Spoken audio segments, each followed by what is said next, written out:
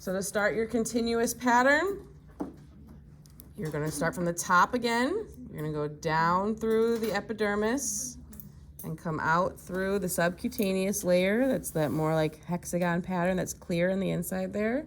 And then come on up. I go down until I can't push anymore. Then I release my needle driver and I grab the other side of the needle. I'm gonna pull all the way through until I have about an inch tail left, right? You all did great with that yesterday. The longer your tail is, the harder it's gonna be on you, really. I mean, you don't wanna make it too short where you can't grab it, but if it's long, then it kind of makes it where it gets tangled up and all that stuff.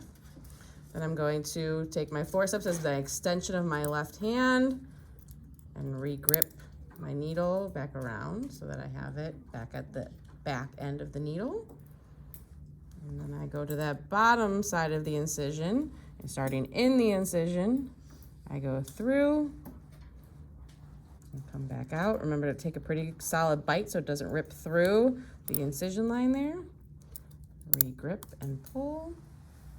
Now, if you're starting to feel comfortable enough, like you don't have to do that in two separate motions. You can actually go through the top and the bottom. If you noticed yesterday, she was doing that, I don't think without even realizing, because she's so advanced in her technique by now, but you can go through the top and the bottom in like one bite instead of taking two separate bites through, but you don't have to. Like, you can still keep doing half and half until you get comfortable enough with trying that out. I would say the only thing that would be a downside of that is you might go too deep down into that muscle layer, and that would just be, for this purpose, it's not a big deal, but in real life, kind of a big deal.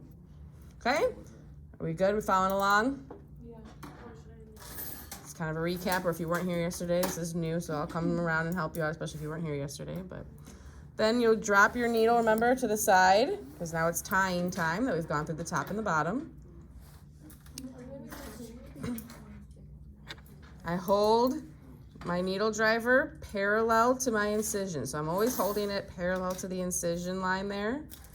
And I'm gonna be wrapping towards the incision line. So in this case, that's away from me compared to where I'm at the bottom right now. So I'm gonna go wrap away, and I'm gonna wrap twice to make the surgeon's knot. I'm gonna clamp onto the end of my tail. Remember to try to go towards the end, the higher part of it, you know, towards the end of the tail versus closer to the skin will be harder. And then I take my hands and I'm gonna pull that tail straight down. I'm gonna pull my loops straight up.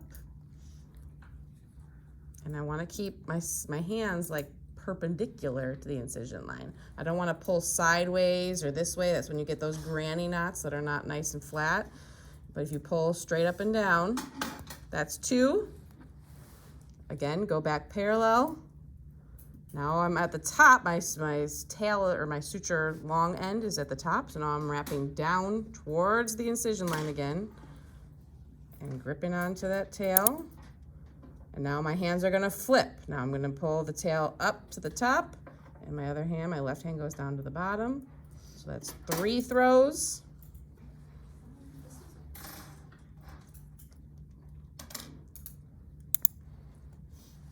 Four throws. 5 throws, and we do an extra one for good measure when we're doing our continuous for a total of 6 throws. So that's how you start the continuous.